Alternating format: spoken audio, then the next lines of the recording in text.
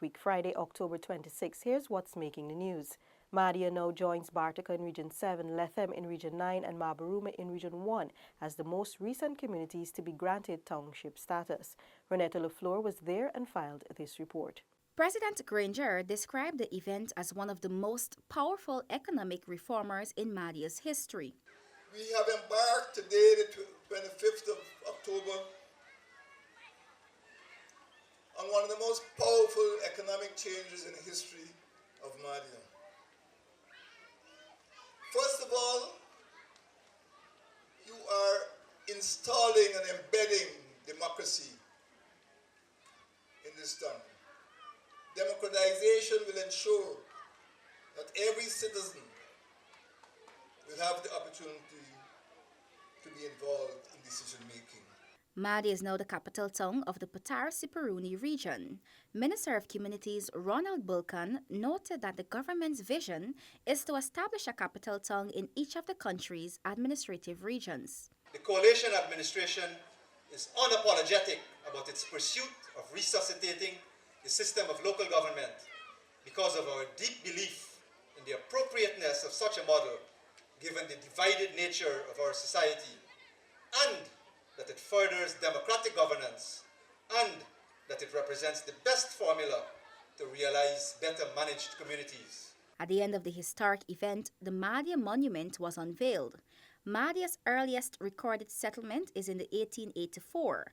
In the 1930s, with the construction of the Denham Suspension Bridge and improved road access to the area, Mahdia grew to an area of prominence. Renetta LaFleur for InfoHub. More news from Mahdia. After 2 years of work by the Ministry of Public Infrastructure, Mahdia's residents are benefiting from upgraded roads. Here again is Renetta. The $827 million internal road network was officially commissioned by Minister of Public Infrastructure David Patterson. He hailed the milestone as another step in increasing the connectivity between the coast and the hinterland region. Residents and road users would have therefore noticed the rehabilitation of several bridges, the installation of a reinforced concrete ridge of pavement with curbs, a network of reinforced concrete drains and culvert, complemented by road safety elements, inclusive of road markings and signage. 80% of the roads were upgraded from laterite to concrete structures built to last for decades. Speed bumps and 15 solar streetlights will soon be installed. Minister Patterson said greater developments are slated for the region in 2019. A sum of $105 million was allocated for the rehabilitation of the road from Karasabai to Paramakatoy. Rehabilitation of the road from Hillfoot, straight to the airport in the first phase, and then onwards to the new housing scheme in the second phase, which I understand is the proposed new location for the new hospital. Renetta LaFleur for InfoHub. Prime Minister Moses Nagamutu joins Guyanese across the world in extending heartiest congratulations to one of our most outstanding batsmen, legendary Guyanese cricketer and former captain of the West Indies cricket team, Shivnarine Chanderpaul. Chanderpaul was recently bestowed with the Honorary Doctor of Laws by the University of the West Indies for his achievements in cricket. The 43-year-old for more than 21 years mesmerized cricketing fans across the world with his batting prowess. Currently, he is one of the Cricket West Indies ambassadors for the ICC Women's World T20 tournament to be played in the West Indies from November 9 to 24. Prime Minister Nagamutu and Chanderpaul have enjoyed a long personal friendship since his days playing with Mahendra and Vishal Nagamutu for Guyana.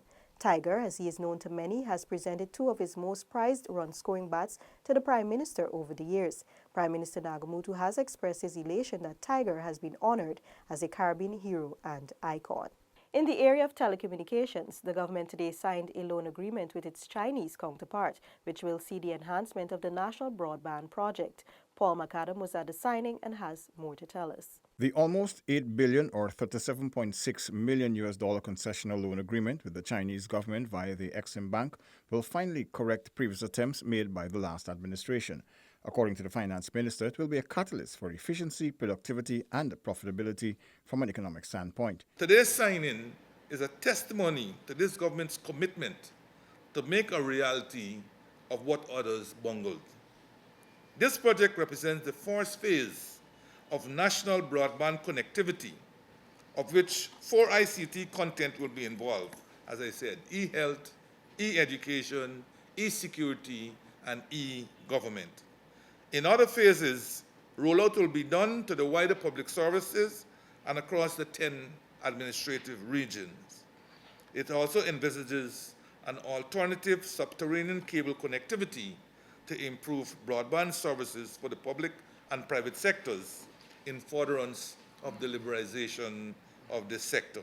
The capacity and ICT connectivity of the health, education, security sectors and government agencies will be boosted, Minister of Public Telecommunications Catherine Hughes noted. As you know, computerized systems allows us to protect data, to protect information in ministries, in agencies, and of course, most importantly, to ensure through cybersecurity mechanisms that we keep our data and information safe. So I am excited that, in fact, I was saying to Ambassador that next year this time, I think we would already begin to see some of the deliverables under this project. The transparency of the unique agreement was noted by the Chinese ambassador, who described it as another highlight of the two countries' relationship and a good opportunity. Our predecessors have set a solid foundation, the bedrock for the relationship. This is one of the main reasons that Chinese side would like to provide the concessional loans. So I think that the Guyanese side, whatever the business level and the government level, that we could work together to benefit the people of Guyana. The loan is repayable over 20 years with a 5-year grace period and a 2% interest rate. The National Broadband project should be completed by mid-2020. Paul McAdam for InfoHub. Students from various schools and institutions were today awarded for their outstanding performances as the Ministry of Education hosted the 22nd National Awards ceremony at the National Cultural Center. Minister of Education Dr. Nicolette Henry commended the students, describing the award ceremony as a celebration of their achievement and determination. This is significant because we recognize success is no accident, but learning their dreams become a reality through luck or chance.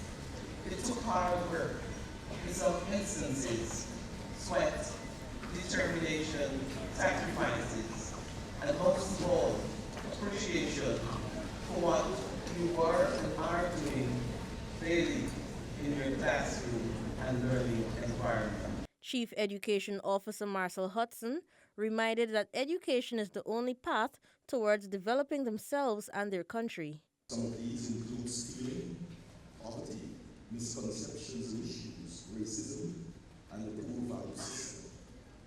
As our young people become more and more educated, some of these problems are destined to be eliminated.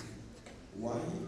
Because education creates within individuals the capacity to perform certain functions for themselves. For example, reading, writing, problem solving, and the like. And therefore, such individuals become employable and useful to society. Students were awarded for their outstanding performances at the Caribbean Secondary Education Certificate Examinations, Caribbean Advanced Proficiency Examinations, individual subjects, among other areas. For InfoHub, Delicia Haynes. After the break, one of the leading American furniture outlets opens its doors in the Giftland Mall. Staying on treatment for HIV can lead to a normal, healthy life. Remain on treatment once you've started. Don't share or use someone else's pills. Staying on your medication not only helps to improve your quality of life, but decreases the risk of HIV transmission to others. A message from USAID, PEPFAR, Advancing Partners and Communities Guyana, NAPS, and the Ministry of Public Health. Recognizing the importance of flood protection systems to Guyana's social and economic development, the Ministry of Public Infrastructure, in collaboration with the European Union, held a meeting with stakeholders for a comprehensive revision of the Sea Defense Acts and disaster risk management earlier today. More on this story can be found on our website and social media. More signs of investors' confidence as Business Minister Dominic Gaskin today declared open a new Ashley home store located in the Giftland Mall. Details from Tiffany Rodius. The business minister hoped the store's opening generates more business interest in Guyana. Self-interest drives business. Businesses create opportunities for other businesses. The more businesses operating in Guyana, the more opportunities there are to do business in Guyana.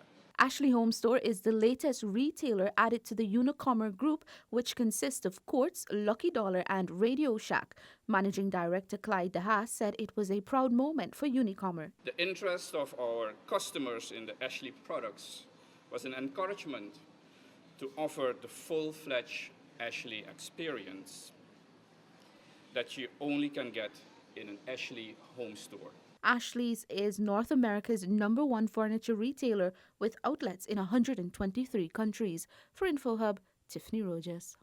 During October 26 to November 2, Guyana will join other small island developing states in Samoa to prepare for the upcoming midterm review of the SID's Accelerated Modalities of Action Samoa Pathway to be held in New York in September 2019. Guyana will be represented by Director of the Department of Environment, NDB Schweers, and Sustainable Development Coordinator, Eden Daniels. The Samoa Pathway is a sustainable development agenda which countries have pledged to achieve by working on 16 priority areas, including health, biodiversity, and data management. Amidst all the hustle and bustle of the teeming city of Georgetown, there is an oasis where paths wind past tall trees, lush plants, and colorful blooms. That sanctuary is the Promenade Gardens. This oasis is bordered by Middle, Newmarket, Waterloo, and Carmichael streets and was once part of the infamous parade ground. One can take a peaceful stroll through this urban green space, relax, read, and enjoy the surrounding flowers and trees. However, it is also known for its history of cruelty and death, where heads of rebellious enslaved Africans were put on display. This dates back to the 1823 Demerara slave uprising. Today, due to efforts by both the public and private sector, the area is now a thing of beauty. Public Relations Officer of the City Council, Deborah Lewis, notes, besides being a major tourist attraction, the Promenade Gardens plays host to several public and private functions. And normally people may use it for weddings, but we encourage, citizens to come out. It's a beautiful setting, it's a beautiful arena, it's a green space, it's a green environment, and we encourage the citizens to come out and use it for other activities. Families and couples alike use the garden for picnicking or just spending quality time with loved ones in a beautiful environment. In this setting, brides and grooms say their vows and pledge to spend the rest of their lives together, creating a wealth of beautiful memories. Ryan Moore and Rhonda Vigilance will begin their journey as a married couple at the Promenade Gardens. We like nature, and we can give you a little secret. We're both missionaries, actually. And so we plan to do missionary work, and so that has a lot to do with nature. So we think the best way in bringing our union together is starting it off in nature. And so here is a beautiful scenery. It's a garden, it has flowers, birds, and everything here is just natural. Nothing made up or put together. It's just in its natural state. So, the next time you're looking to escape the day's hassles, take a few minutes and pop into the Promenade Gardens. The holiday season is fast approaching, and if you're looking to add a unique festive touch to your home or crafty jewelry, a Barbadian entrepreneur could assist in this regard. More in this week's Small Business Focus. Lagadou's business began in the year 2000 but gained the spotlight after she participated in the Women in Business Expo. Small Business in Focus caught up with Lagadou, who had high praise for the Green Expo, where she showcased Christmas ornaments and other decoratives made from coconut byproducts. Well, the coconut fiber, yes. It's all over in the community, so that is more accessible to me. And I was able to use the coconut fiber to complete most of my creativities. These are new creation for the Christmas. I am into more waterfall because we know that Guyana is a land we have a lot of resources, a lot of waterfalls, and I decided to depict a lot of waterfalls here. Using my vision and imagination to do such creativity. She's also making a unique contribution to resolving the solid waste disposal problem with her unique line of products. My team is based on the coconut and into recycle management. As we know, in Guyana and in the Caribbean, we know that garbage is a problem, it's an issue. So, using this platform here, for example, recycling of the bottles, the wine bottles, it can be upgraded into something useful for a home. Likewise, the coconut fiber, we know apart from plastic that is all around our community, we also have remains of plant parts. And if we able to use those plant parts probably into manure and other material, we can also make our community better pollution-free.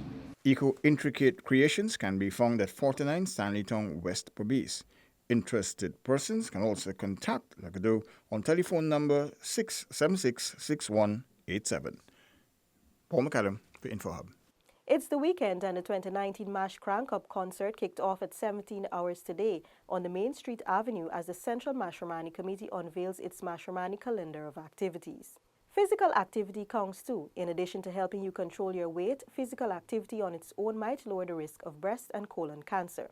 That's all for this evening. Connect with us on WhatsApp, social media, and our website at dpi.gov.gy. Your bridge and weather reports are up next. Goodbye.